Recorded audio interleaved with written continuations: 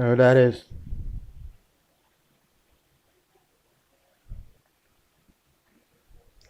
me and my me and my me and my A&M. Okay, A&M. That's all I'm gonna say about that. And so the priest carrying the ark at the edge of the water over Jordan flows in all its banks of the harvest, and the waters were flowing down from above and stood up in one heap in a great distance away from Adam. That is, besides Zarethan, and those which were flowing down toward the sea of Arabah, the salt sea, were completely cut off. So the people crossed opposite of Jericho, and the priests who carried the ark of the covenant of the Lord stood firm on dry ground in the middle of the Jordan, when all Israel crossed on dry ground until the nation had finished crossing the Jordan. The God of all power, who created heaven and earth and all else, according to Genesis 1, worked miracles. The waters were dammed up at Adam, 15 miles north of the crossing, and also in the tributary creeks.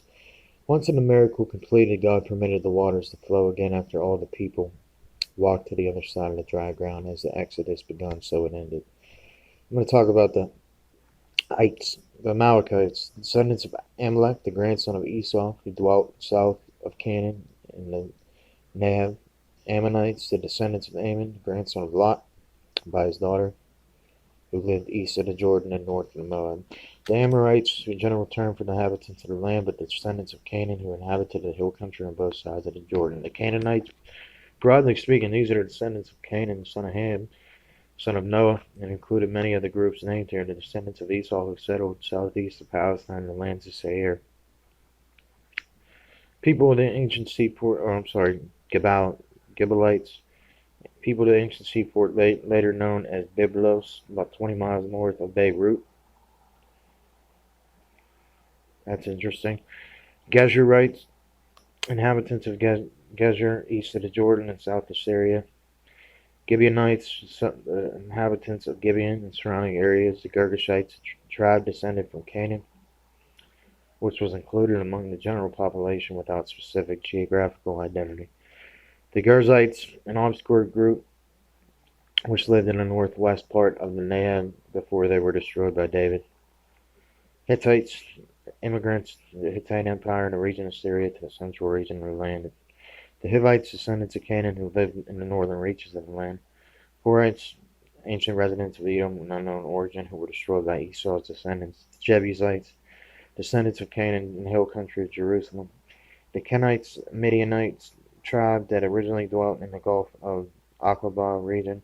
Moabites, descendants of Moab, the grandson of Lot by eldest daughters, who lived east of the Dead Sea. The Perizzites, people included in the general population of the land who do not trace the lineage to Canaan. Their exact identity is uncertain. Okay, before I go on, guys, I want to talk about Nimrod. Yeah, Nimrod. A lot of people say Nimrod, Osiris. The Osiris code 923. Osiris code 923. Let me tell you something, it won't work. It won't work. You know, I heard in a book, I don't know if it was in the book of Jasher. I heard Nimrod turned into Joseph. That's what I heard. So I heard like this wild story from my father. He was telling me, he's like, Nimrod turned into Joseph, and he became a holy beast. That's what he said. He said he became a holy beast to fight the beast, Lucifer. That's what he said. That's what he said to me. He's like, the holy beast. It was weird. It was weird. So maybe it takes a holy beast to beat the beast. I don't know. Just my thought. Just my thought. People should pay attention, man.